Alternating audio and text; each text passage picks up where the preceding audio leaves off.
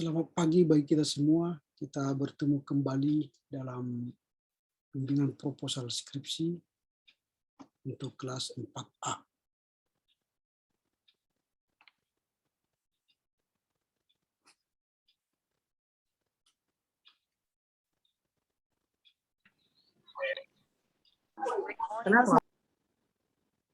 Selamat pagi bagi kita semua. Selamat pagi, Pak. Pagi, Pak. Pagi, Pak. Pagi, Pak. Selamat pagi, Pak. Selamat pagi. Bagaimana kabar kalian? Sehat semua? Sehat, Pak. Sehat, Pak. Alhamdulillah ya. Oke.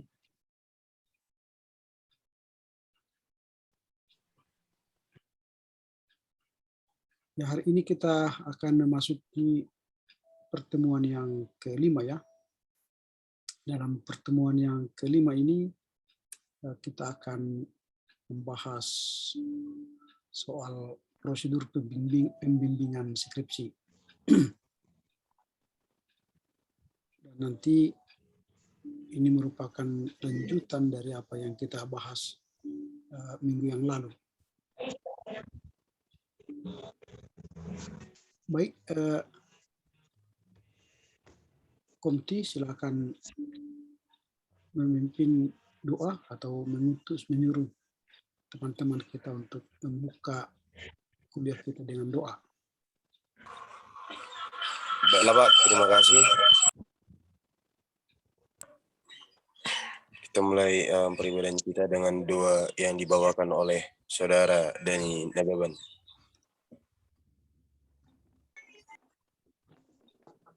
Ya, sebelum kita memulai perkuliahan kita berdoa. Terima kasih Tuhan atas segala kebaikan dan kemurahan Tuhan yang senantiasa memberkati dan melindungi kami. Hingga pada saat ini Tuhan kami ingin belajar. Kiranya Tuhan senantiasa memberkati hati dan pikiran kami. Kiranya pembelajaran kami ini dapat kami terima dengan baik dan kami aplikasikan dalam kehidupan kami sehari-hari dan menjadi bekal kami dalam hari yang akan datang. Terpujilah Engkau Tuhan, dimuliakan nama-Mu. Amin. Amin. Baik, terima kasih atas doanya. Pada hari ini kita akan membahas topik lanjutan dari apa yang kita pelajari minggu yang lalu. Sebelum saya lanjutkan, saya mau tanya dulu, apakah kita sudah menerima atau membeli buku panduan penulisan skripsi yang dikeluarkan SCT? Apakah kita sudah memiliki semua? Belum, Pak. Belum, Pak. Belum, Pak. Oke, karena belum, saya share sama kalian, saya kirim sama kalian soft copy-nya. Karena inilah yang sebenarnya yang harus kita bahas satu semester ini. Karena dalam proses pembimbingan inilah yang kalian akan ikuti buku panduan ini. Nah, kalian bersyukur karena dalam semester ini ada mata kuliah bimbingan proposal skripsi. Kalau kakak abang kalian dulu yang telah menulis skripsi, mata kuliah ini tidak ada.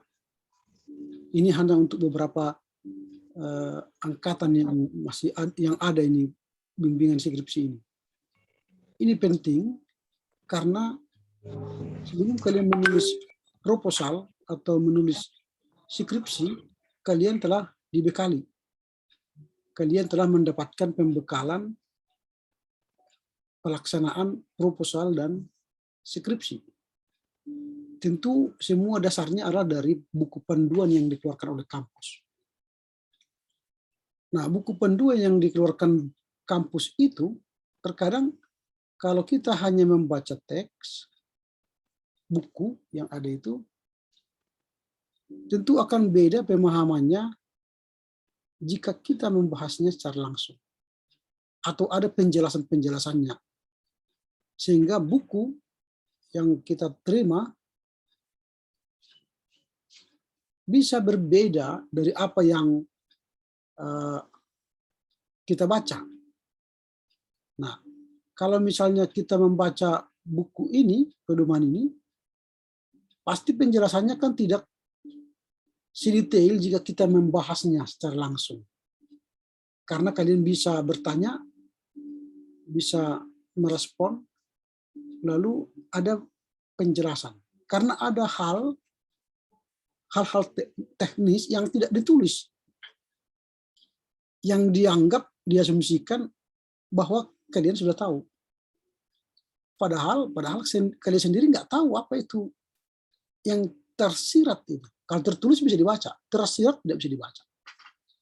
Itu sebabnya kita belajar bimbingan proposal, supaya apa yang ditulis ini benar-benar kalian mengerti dan mudah memahaminya, sehingga ketika terjadi proses baik seminar proposal dan penulisan skripsi, kalian sudah going on, well done, ya, sudah berjalan dengan baik.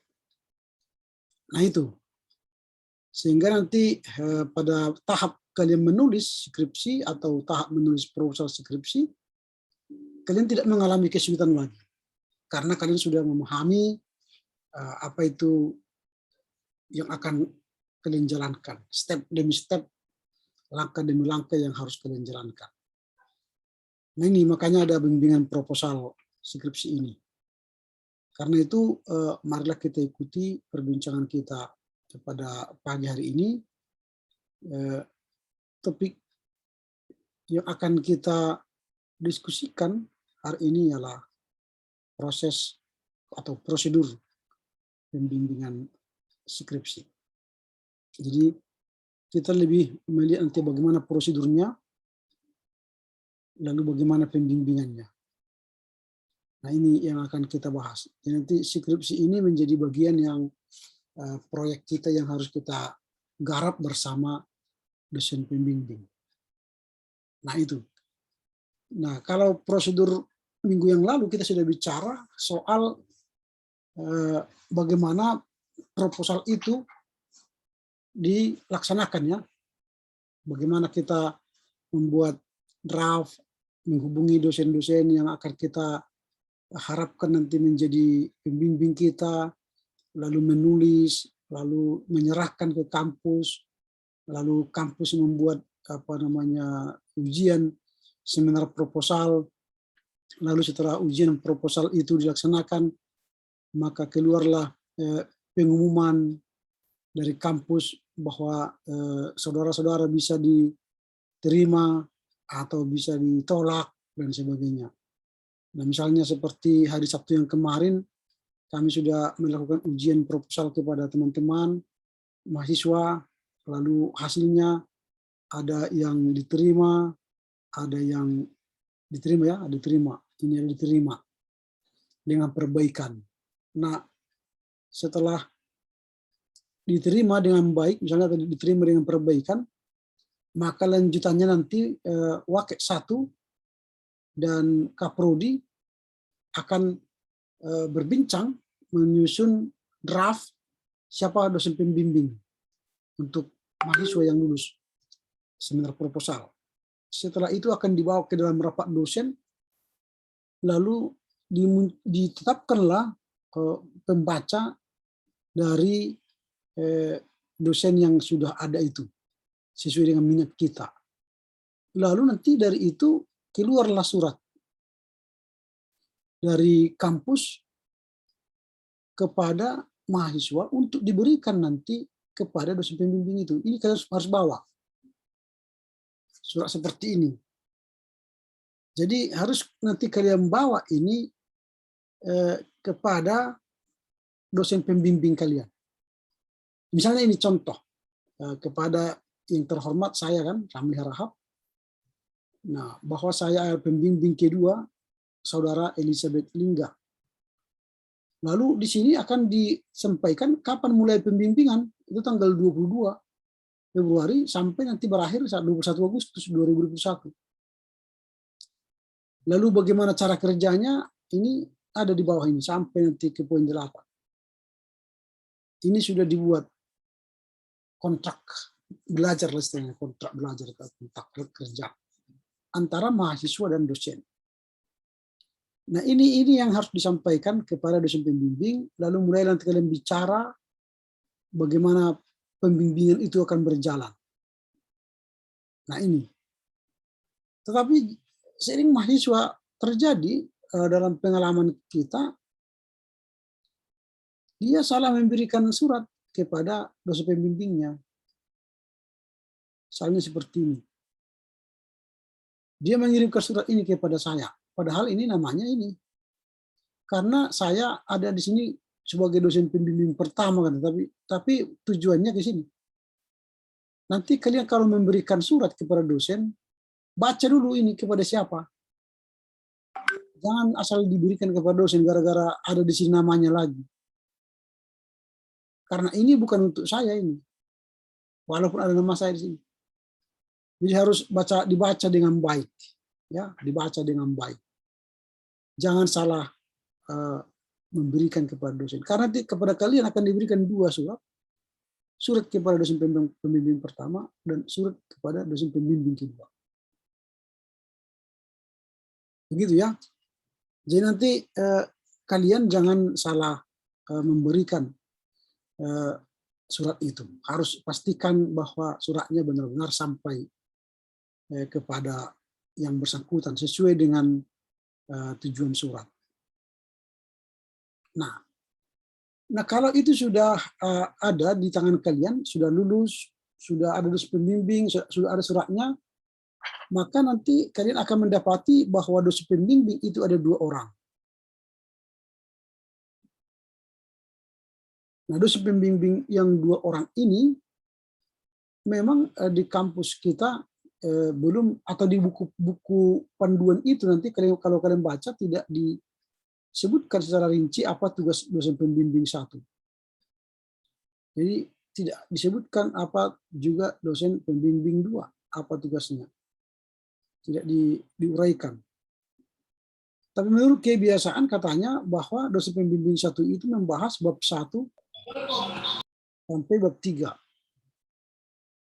Dan dosen pembimbing 2 itu membahas bab 4 sampai selesai, sampai daftar pustaka atau sampai daftar isi dan sebagainya.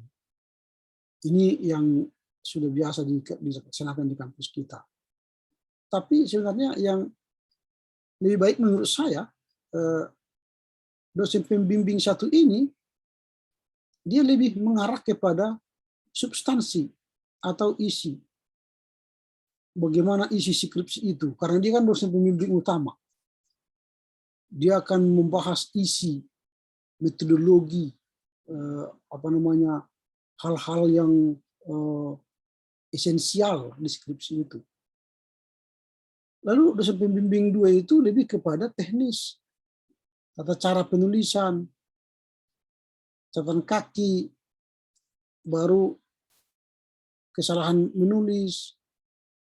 Nah ini lebih menurut saya kepada dosen pembimbing 2.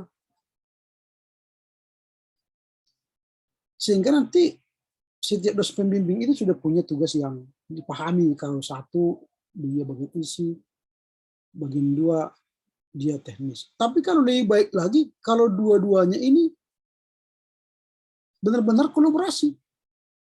Bisa dia melaksanakan, memahami isi, juga teknis, dan dia memahami teknis dan juga isi. Nah, ini lebih bagus sehingga skripsi kita benar-benar dikritisi, diberi masukan, dan diberi pandangan supaya skripsi itu benar-benar menjadi skripsi yang bagus.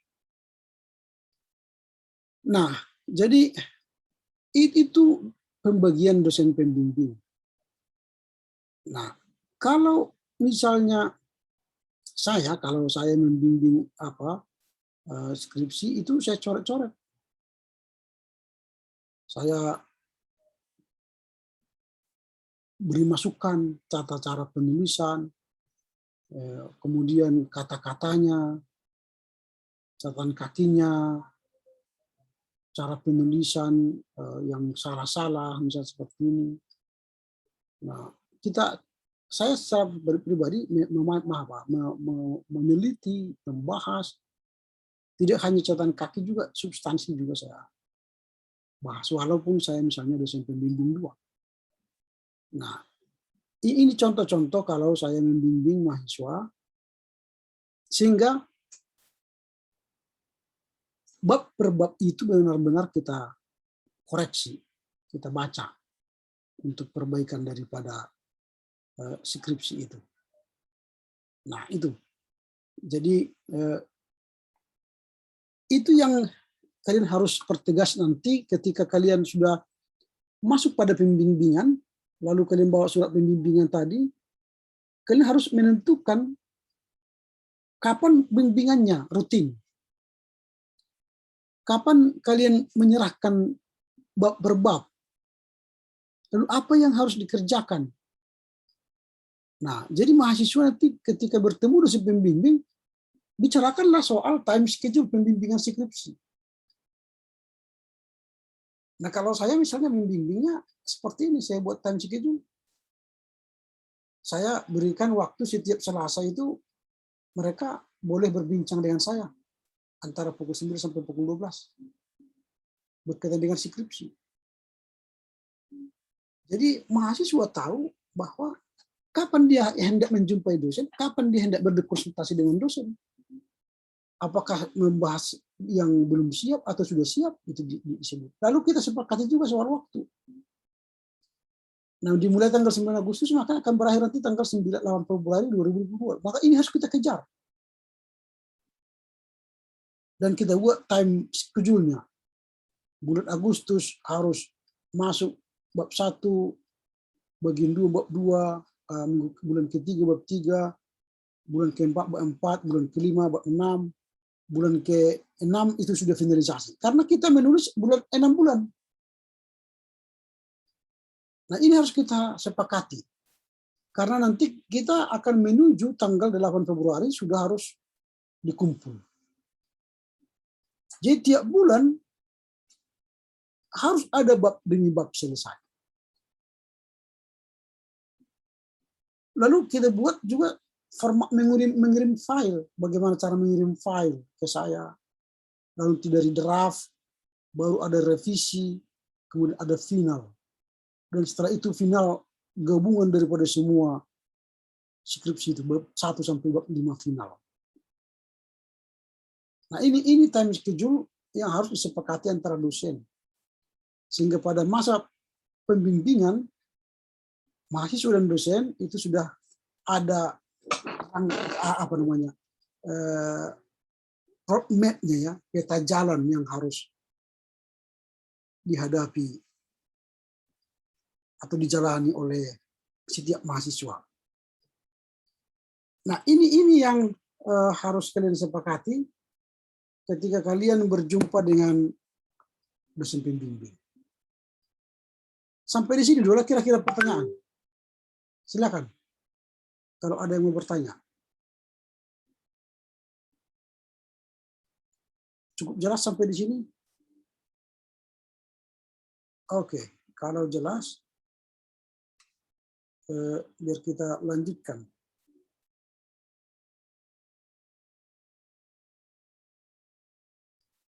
Nah, kalau kita sudah memahami bagian yang pertama, bahwa dosen pembimbing itu 2 orang, lalu dosen pembimbing itu akan dibentuk oleh rapat dosen, maka ketua prodi dan wakil 1 akan membuat konsep dosen pembimbing dan diajukan ke rapat dosen tetap, lalu ditetapkanlah siapa dosen-dosen pembimbing kita. Itu bagian yang pertama. Kalau bagian yang kedua ini untuk tesis dan disertasi, ini untuk S2 dan S3. Kita abaikan. Kita masuk kepada bagian yang ketiga. Tugas dosen pembimbing adalah membimbing dan mengarahkan mahasiswa.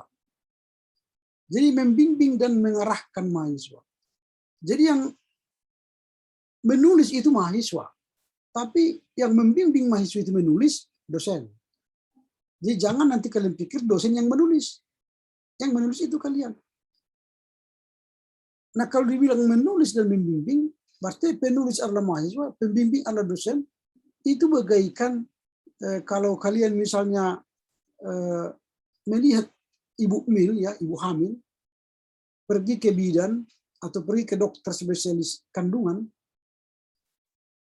di mana dia akan memeriksakan keadaan pertumbuhan janin, perasaannya, keadaannya, dia sampaikan kepada dosen bidan atau bisa disampaikan kepada dokter supaya apa? Supaya dokter dan bidan itu bisa membimbing dia, memberikan arahan apa yang harus dilakukan, gerakan, senam atau vitamin atau susu yang harus dia konsumsi supaya janin itu bisa bertumbuh sehat demi mengharapkan kelahiran anak yang berkualitas. Maka demi anak-anak yang diharapkan lahir bagus, maka dia setiap bulan datang bimbingan. Setiap ada sakit dia datang ke dokter dan bidan, konsultasi. Setelah konsultasi nanti maka lahirlah anak yang baik dan persalinan yang baik. Itu karena dia mengikuti nasihat dokter. Dia ikuti nasihat dokter, dia lakukan nasihat dokter, maka jadilah lahir normal dan anak yang berkualitas. Tapi kalau misalnya ketika dokter menasihati dia, bidan menasihati dia, dia tidak mau kerjakan, dia tidak mau peduli, dia tidak mau datang setiap bulan, rutin konsultasi, ya tiba pada waktunya pecah pembuluh ketuban, lalu dia harus operasi dan sebagainya, maka itu akan membuat dia bisa gagal persalinan.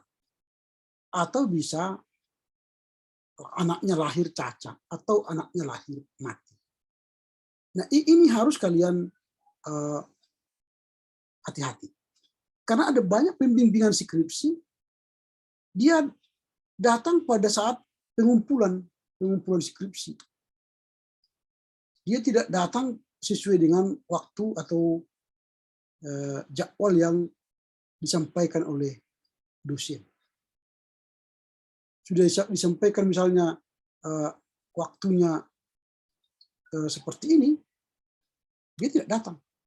Bulan Agustus sudah masuk bab 1, dia belum masukkan. Bulan September harusnya masuk bab 2, dia tidak masukkan. Bab 3 tidak dimasukkan. Tapi nanti pada bulan-bulan Januari, dia mulai mengumpulkan semuanya. Nah, ini namanya kurang baik. Jadi itu ya.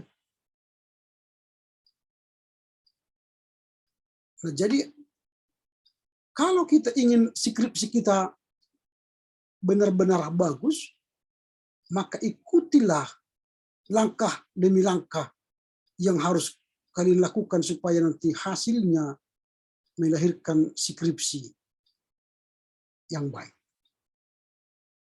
Gitu ya.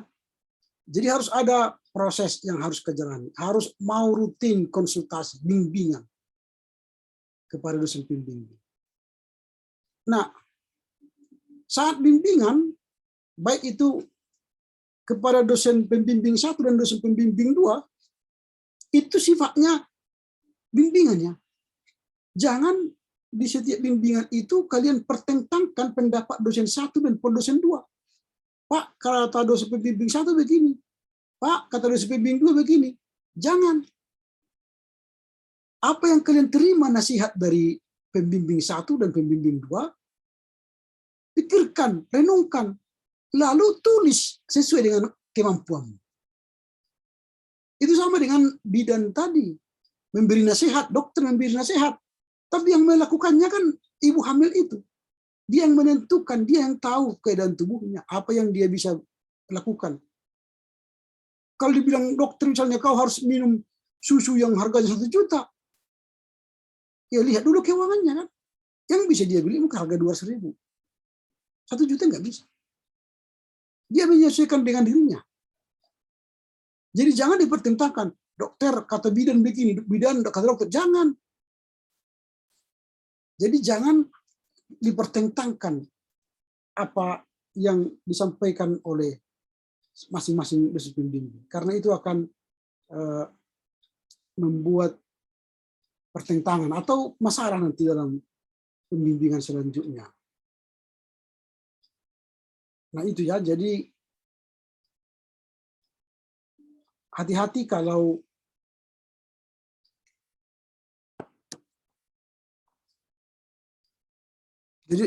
kalau misalnya nanti kalau melaksanakan pembimbingan, jangan mempertentangkan pendapat dua dosen itu. Gitu ya. Nah itu bagian yang kedua. Jadi jangan mempertentangkan antara pembimbing yang pertama dan pembimbing yang kedua. Sampai di sini ada pertanyaan kira-kira? Ada? Pas, Pak. Pas. Oke, baik. Kalau sudah dimengerti sampai di sini, kita masuk kepada bagian yang ketiga. Dalam bagian yang ketiga atau bagian nomor 4 di sini ya, dalam tahapan rencana kerja penulisan skripsi ini dibagi dalam 6 bagian. Dan memang ini yang ke-6 ini disusun tahun 2017 dan mungkin ini sudah out of date ya dibandingkan dengan keadaan zaman yang sudah memasuki era digital.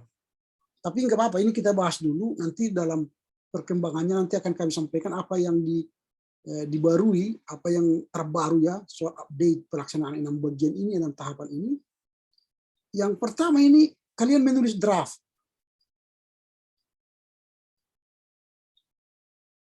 Jadi ada draft nanti skripsi kalian. Yang pertama kan bab 1 sudah ada dari hasil seminar proposal itu sudah bab 1. Lalu nanti kalian akan buat kerangka skripsi itu. Apa isi bab 1, apa isi bab 2, apa isi bab 3, apa isi bab 4, apa isi bab 5. Kalau bab 1 dan bab 5 sih sudah mudah. Bab 1 sudah selesai kan karena seminar proposal itu sudah menjadi bab 1. Bab 5 tinggal kesimpulan dan saran kan. Yang menjadi persoalan ialah bab 2, 3, 4. Kalau bab 2 mungkin ini sudah bisa kerangka teori. Sudah bisa kita buat apa teori-teori kita. Yang masalah ialah bab 3 dan bab 4. Nah, jadi kerangka skripsi itu harus benar-benar jelas. Banyak mahasiswa ketika dia menulis skripsi, dia tidak punya kerangka teori yang jelas tentang skripsinya. Karena kalau ditanya misalnya apa buku yang kalian gunakan dalam skripsimu, dia mengatakan tidak ada, Pak. Jadi dari mana bukumu? Ketika dia mengatakan tidak ada buku, kalau misalnya contoh saya misalnya mau menulis sejarah gereja GKPA, maka buku utama saya kan ini dari sending ke GKPA. Maka buku ini harus saya baca dan mengerti berkali-kali. Sehingga ketika saya melakukan penelitian tentang sejarah GKPA, saya sudah punya buku panduan utama. Tapi kalau kalian tidak punya buku panduan utama dalam menulis skripsi, maka kerangka teori di bab 2 itu akan blunder. Karena sering mahasiswa di bab 2 itu dia masukkan hanya definisi. Definisi. Misalnya surga dalam pandangan Kristen. Lalu bab 2 dia hanya membuat pengertian surga. Surga menurut Kristen, surga menurut Yahudi, surga menurut Islam, surga menurut Hindu, surga menurut Buddha. Itu saja yang dia bahas. Dia tidak membahas surga yang akan dia bahas itu berdasarkan teori siapa. Lalu apa pemikiran yang ditonjolkan oleh ahlinya. Nah, disinilah yang sering mahasiswa tidak memahami apa isi bab per bab yang dia kerjakan. Nah, jadi hati-hati kita dalam rangka menulis bab per bab dan kerangka teori kita. Nah, jadi supaya nanti mahasiswa benar-benar memahami tugas itu ketika membuat draft daripada skripsinya. Nah, itu bagian yang kerangka kerja yang kedua, jadi membuat draft skripsi apa rincian skripsinya. Lalu bagian yang ketiga ialah penulisan naskah. Nah, jadi penulisan naskah itu berarti dimulai dari bab 1 sampai bab 5. Ini harus dikerjakan.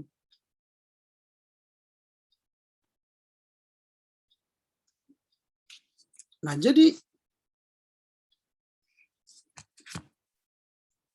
tulislah mulai bab 1, bab 2, bab 3, bab 4, bab 5, tapi yang melalui proses pembimbingan ya tiap bulan.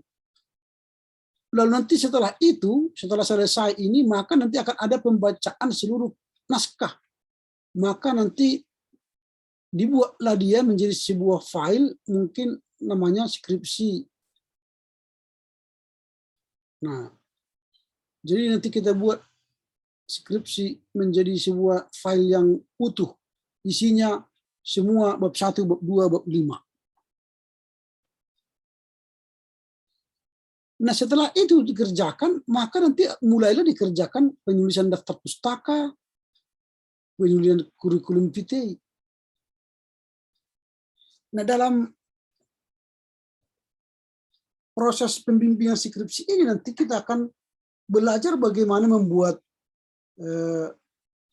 daftar isi secara otomatis, belajar membuat daftar pustaka secara otomatis, dengan belajar menggunakan Mendeley.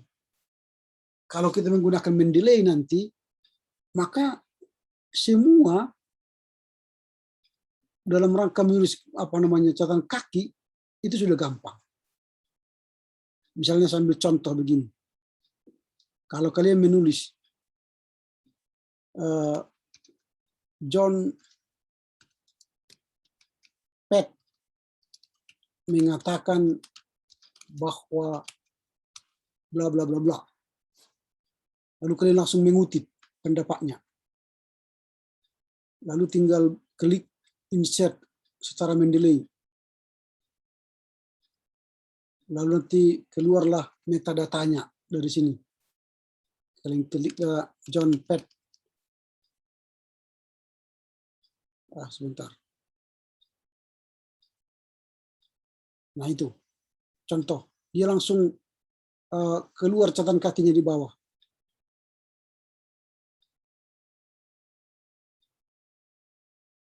Ini seperti ini. Keluar catatan kakinya di bawah. Lalu sejalan dengan itu, kalian ketik lagi misalnya lagi sini, sejalan dengan itu Jan Aritonang mengatakan kita masuk kutipannya. Jan Aritonang. Jan Aritonang. Oke.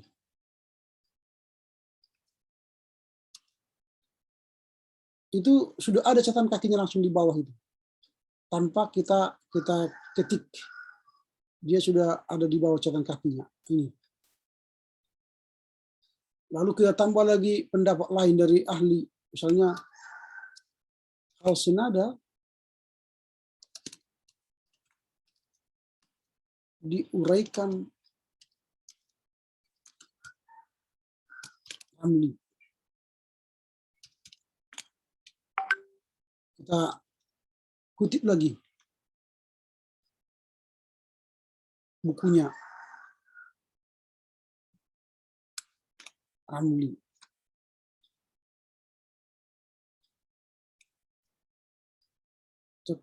kita okekan. Maka dia sudah otomatis ada catatan kakinya di bawah oleh mesin yang membuatnya. Jadi kita bukan lagi mengetik di bawah catatan kakinya. Ini sudah ada kan? Nah, lalu kita tiba menulis apa? Daftar pustaka. Kita menulis daftar pustaka.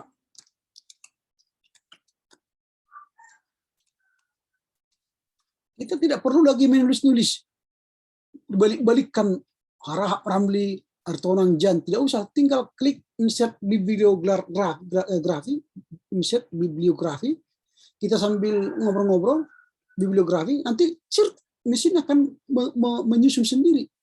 Nah ini, menyusun sendiri kan? Jadi kita tidak perlu lagi mencapek-capek lihat daftar isi buku-buku yang kita gunakan. Dia sendiri menyusun sendiri daftar pustakanya. Nah, ini nanti yang kita akan pelajari dalam proses pembimbingan ini. Nanti kalian akan semakin enteng. Nah, itu ya. Jadi ini menolong kalian untuk menyusun daftar pustaka. Nah, kalau itu sudah dikerjakan nanti, sudah ada daftar pustaka, lalu pengetikan naskah skripsi terakhir dalam bentuk akhir. Sudah oke lah itu ya. Lalu di sini nomor 5. Di nomor 5 ini ada pembacaan ulang naskah. Setelah itu baru dikirim ke kampus. Ini jarang terjadi, tidak pernah saya lihat ini. Di skripsi kita nggak ada yang baca. Seharusnya harus ada yang baca. Lalu setelah dinyatakan layak oleh pembaca itu, baru dinyatakan skripsinya layak untuk diuji. Nah sekarang ini akan kita gantikan dengan Turnitin.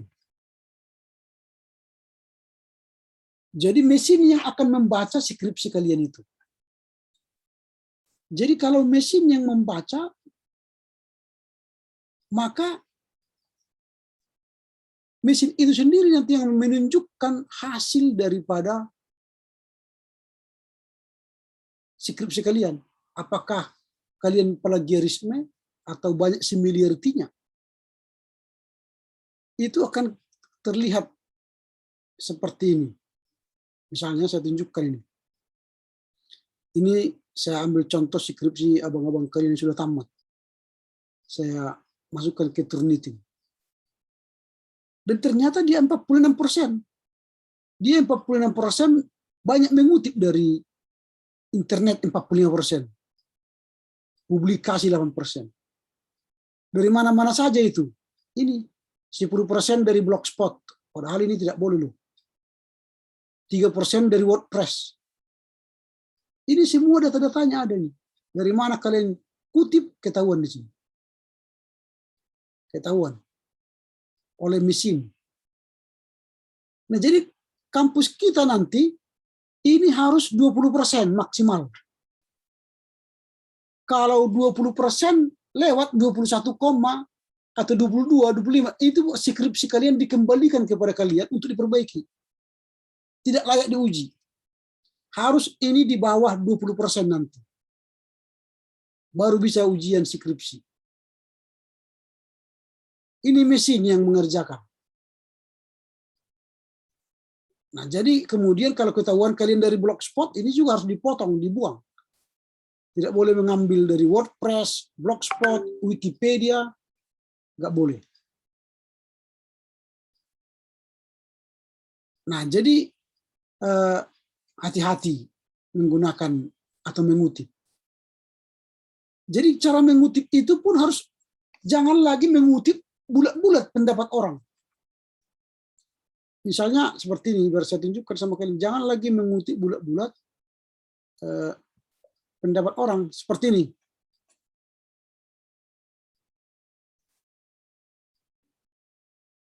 Nah ini, Wainata Sairin mengatakan, oh ini dikutip di habis ini. Nah kalau dikutip habis ya dianggap kita plagiat. Walaupun kalian buat catatan kaki dari dari UNT Sairin ini UNT Sairin kan ini. Tapi karena kalimatnya sama dengan kalimatnya UNT Sairin, kalian dianggap plagiat. Jadi bagaimana caranya supaya jangan dianggap plagiat? Kalian bahasakan ulang lagi bahasa UNT Sairin itu dalam bahasamu sendiri tanpa menghilangkan substansi pemikiran dari UNT Sairin. Jadi jangan sama kalimatnya.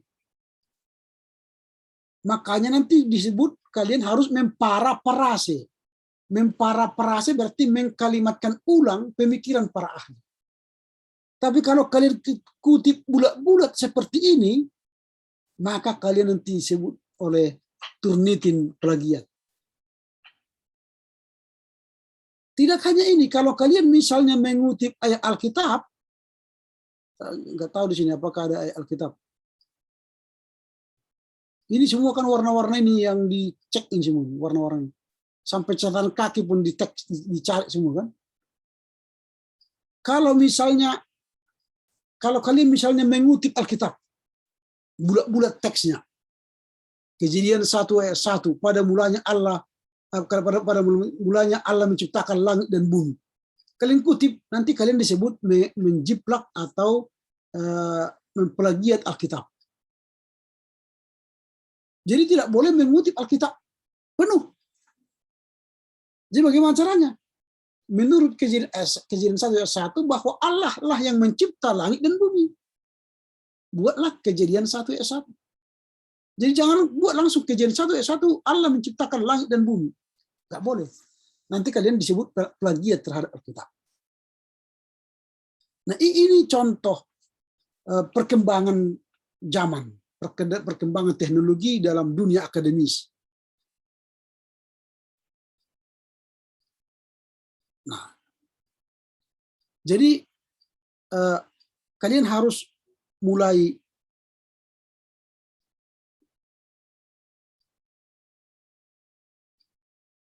jadi kalian harus benar-benar memperhatikan bagaimana cara untuk menghindari kalian dari plagiasi. Nanti akan dicek secara mesin Turnitin.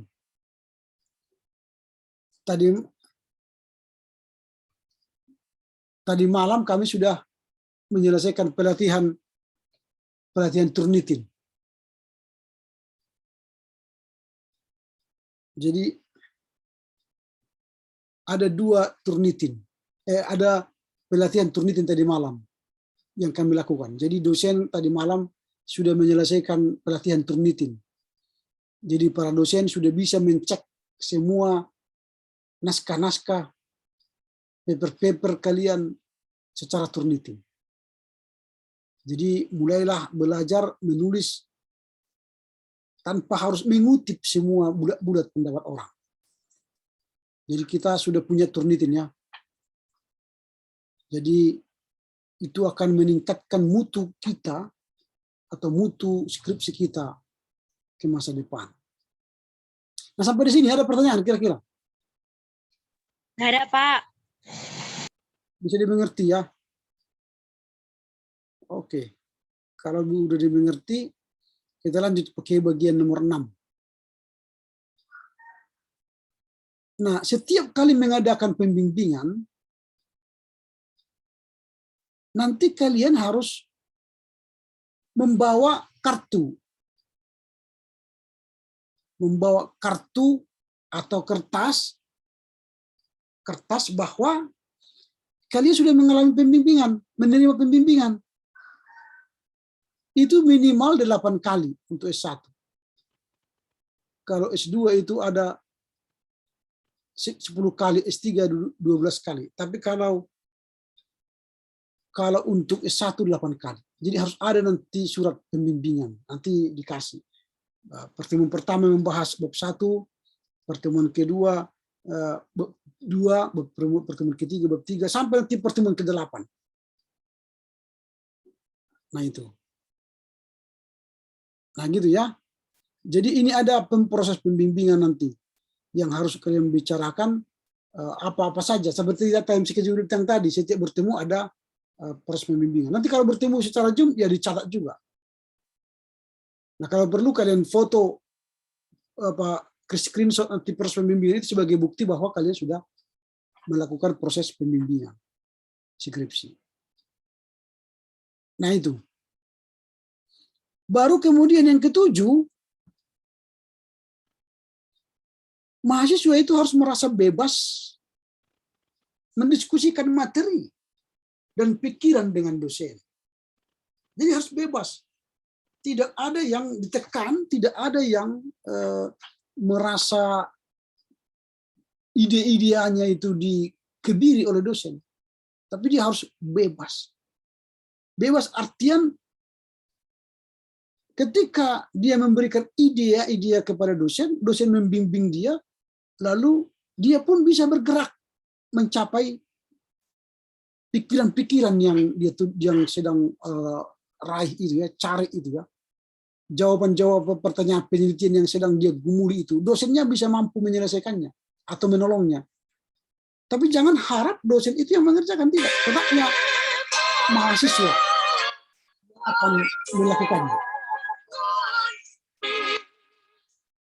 Jadi begitu ya. Jadi harus ada perasaan bebas. Sebentar ya, saya terima handphone dulu, telepon sebentar.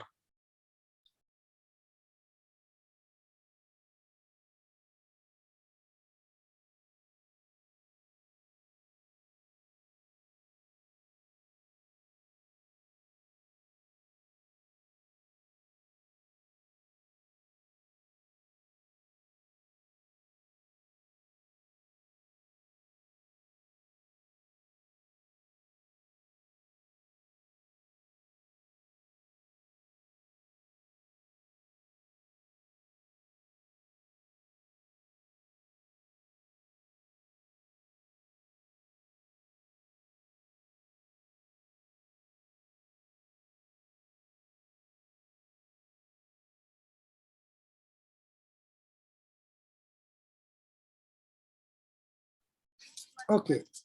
Jadi perasaan bebas itu artinya kalian yang akan menyampaikan apa yang akan kalian capai dari skripsi kalian itu. Sehingga dosen bisa membimbing. Artinya begini, kalau seorang yang hamil datang ke bidan atau ke dokter, kan ditanya bagaimana perasaanmu, apa yang kau alami. Dia mengatakan, aku begini dokter, kadang-kadang dia begini, atau kadang-kadang saya merasa ini. Lalu dokter memberikan solusi, memberikan resep, obat, dan sebagainya. Nah, jadi mahasiswa juga begitu. Kalau datang bimbingan itu, jangan harus selesai dulu bab 1, bab 2. Mungkin waktu mengerjakan bab 3, kalian buntu pikirannya, boleh datang ke dosen. Pak, aku buntu memahami bab 3 ini. Nggak tahu aku kemana arahnya. Bagaimana ini Pak? Nah, baru nanti dosen membuat arah. Nah, ini begini, kesini, ini coba kerjakan. Atau baca buku ini. Atau wawancarai dulu siapa. Atau buat angket. Nah, itu nanti akan diarahkan oleh dosen kemana lagi jalan kita. Nah, itu dikatakan bebas. Jadi jangan kalian tertutup dengan masalah kalian. Jangan kalian anggap aku belum ada kerja, maka aku malu menjumpai dosen pembimbing. Jangan. Kalau buntu pikirannya, tidak ada yang bisa dikerjakan, datang aja kepada dosen pembimbing. Supaya dosen pembimbing bisa membakar semangat kita lagi. Memberikan masukan-masukan yang menolong kita menjawab pertanyaan penelitian kita. Nah itu, jadi harus ada kemauan untuk datang merasa bagian dari diskusi itu adalah yang akan menolong kita untuk menyelesaikan skripsi kita. Itu ya, hendaknya bebas mendiskusikan dengan dosen pembimbing bersama-sama membicarakan materi dan pokok-pokok yang dibicarakan dalam penyusunan skripsi itu. Nah, Bagian yang terakhir, nomor 8, ialah selama proses pembimbingan, dosen memberikan penilaian. Nah, di sini harus kalian perhatikan ya, penilaian itu. Penilaian ini tidak hanya kepada skripsi kalian yang dari bab 1 sampai bab 5 dinilai oleh dosen pembimbing, tidak. Tapi yang dinilai itu juga seluruh totalitas kehidupanmu secara komprehensif.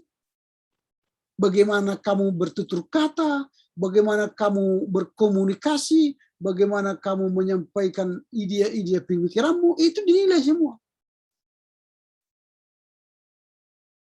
Nah, karena banyak mahasiswa berkomunikasi itu kepada dosennya, ya tidak begitu komunikatif. Nah, komunikasinya tidak seperti komunikasi dengan apa? Nah, misalnya contoh ini yang contoh. Sekarang sepertinya komunikasinya. Ini Pak, maaf ya Pak, agak telat jaringan Pak. Kan? Ini komunikasi mahasiswa ini selama proses pembimbingan. Selesai Pak, saya kirim Pak, terima kasih Pak. Nah, seperti ini komunikasinya. Nah, komunikasi yang baik akan menentukan hasil yang baik. Jadi kalau kalian misalnya nanti memberikan bab 1, ya tulislah kepada yang terhormat dosen pembimbing 1 dan 2. Salam sejahtera bersama ini saya kirimkan bab 1. Mohon bimbingan dan arahan. Salam kasih. Yemima Damanik misalnya. Atau Jonathan Dohardo. Atau Terkelin Barus. Kan gitu. Lalu dosen membaca, wah sopan kali ini anakku ini. Kan? Lalu langsung dibaca. Senang dia. Tapi kalau seperti tadi, oke, thank you, katanya nggak dibacanya itu. Biarkannya di situ. Lalu tanya, bagaimana Pak bimbingan? Nanti aja lah, katanya. Karena itu komunikasinya tidak lancar. Itu kan komunikasi bertadi cocok itu kepada teman-temanmu satu angkatan. Atau kepada adik kelasmu. Itu cocok komunikasinya seperti itu. Tapi kalau komunikasi kepada yang lebih tinggi, ya harus punya tata krama dong.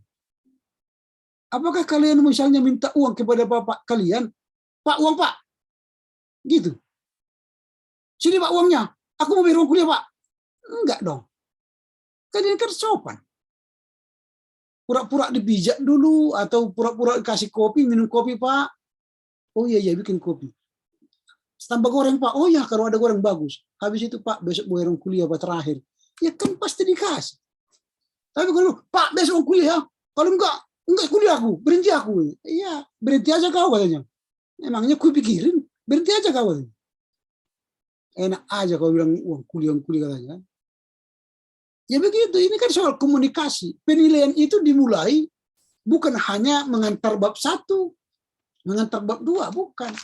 Tapi bagaimana etikamu, bagaimana bahasamu, bagaimana sopan santunmu, itu sudah dinilai. Dan kalian harus ingat, dalam penerimaan kerja, IP itu urusan ke-10 itu. Ini urusan ke-10. Tapi etikamu, tata keramamu, soft skillmu, itu yang urutan pertama. Gitu.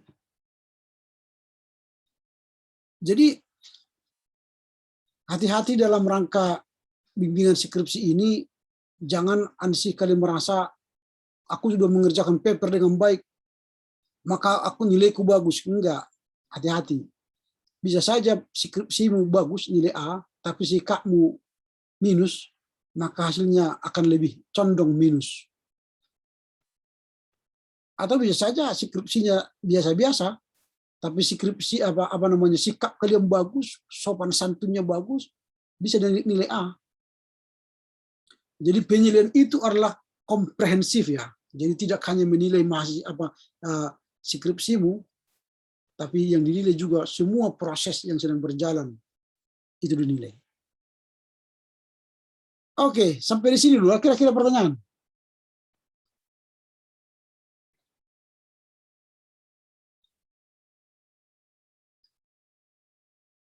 Ada kira-kira pertanyaan? Nggak ada, Pak. Pak. Pas. Pas, Pak. Kalau tidak mengerti, ya cukup sampai di sini saja. Ya, artinya ini bagian dari proses prosedur pembimbingan kepada dosen. Kalian sudah bisa paham.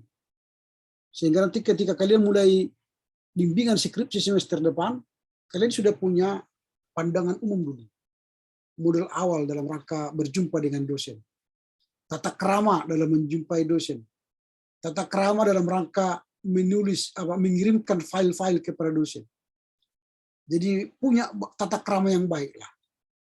Supaya jangan asal mengirim. Lebih baik kirim dulu suratnya, baru terlampir soft filenya. Coba ini misalnya, selalu mahasiswa pertama dia kirimkan soft filenya, ini kan, baru dia kirim kalimatnya ini. Yang terbaik kirim dulu narasinya, suratnya. Ini kan lampiran ini. Ini lampiran. Isinya kan pengantarnya kan ini suratnya. Suratnya itu harus sopan.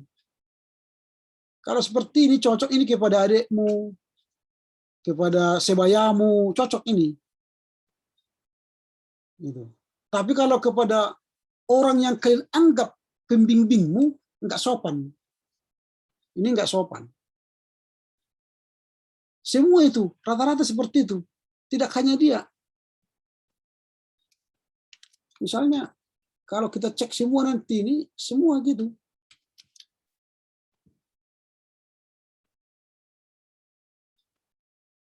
Semua komunikasi mahasiswa seperti itu. Ini kan? Semua ini. Kalau saya buka nanti semua seperti itu.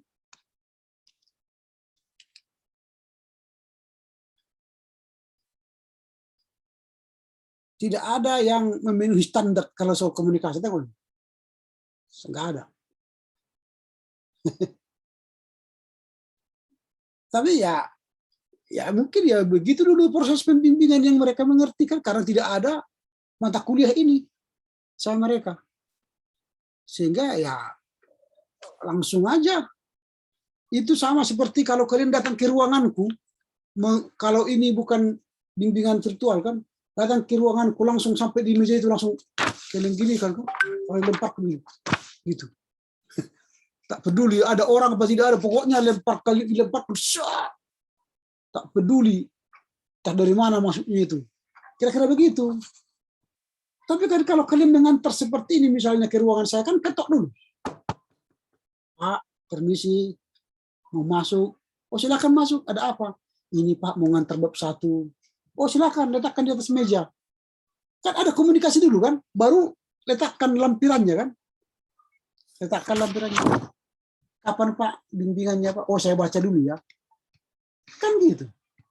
Nanti saya kasih tahu kapan bimbingannya. Ini datang ujuk-ujuk langsung dilempar mungkin dari atas gitu kan. Apakah saya baca ini? Enggak. Karena apa? Datangnya enggak sopan.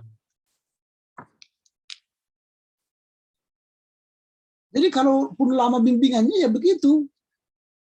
Karena ya mahasiswanya juga enggak sopan. Jadi saya katakan kalau Anda sopan, dosen-dosen lebih sopan. Tapi kalau saudara-saudara tidak sopan, jangan harap nilai A lah. Kan itu. Jangan harap nilai A. Tapi kalau kalian sudah sopan, skripsinya juga bagus, ya udahlah berharap nilai A pasti A itu. Nah ini skripsinya sudah tak beres, sikapnya tak beres, paling tinggi nilai C kan? Jadi itu tergantung, nilai itu tergantung Anda. Gitu. Oke ya, sampai di sini. Baik, silakan Komti memilih salah satu dari antara kita untuk menutup dengan doa. Kalau sudah pertanyaan. Baik Pak, terima kasih. Terima kasih kepada Bapak dosen kami memberikan penjelasan tentang bimbingan skripsi pada siang hari ini. Dan untuk menutup perkuliahan kita, kami serahkan kepada Saudara Sandra Lubis.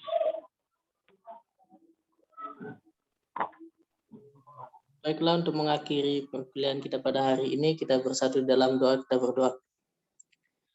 Allah Bapa kami yang berada di dalam kerajaan sorga, terima kasih ya Tuhan buat berkat-Mu hingga yang pada hari ini kami rasakan. Bapak terima kasih buat waktu yang Kau berikan kepada kami sehingga kami dapat melakukan perkuliahan kami ya Tuhan dengan mata kuliah, pembimbing proposal, skripsi ya Tuhan, kiranya melalui mata kuliah ini kami bisa melanjutkan lagi ya Tuhan apapun yang menjadi rencana-Mu ke depannya. Kami serahkan Tuhan perkuliahan kami hanya ke dalam tangan-Mu saja. Kiranya Engkau yang membimbing dan menyertai kami. Kami juga berdoa Tuhan buat Bapak dosen kami, apapun yang menjadi rencana kehidupannya, kami serahkan hanya ke dalam tangan-Mu saja. Apapun yang menjadi rencananya Tuhan, kami serahkan. Kiranya Engkau yang memberikan beliau juga kesehatan dan juga panjang umur. Kami serahkan kehidupannya hanya ke dalam tangan-Mu saja. Ya Tuhan, kami berdoa dalam nama Tuhan Yesus. Kami mengucap syukur. Amin. Amin. Oke, selamat siang, selamat istirahat ya, selamat makan.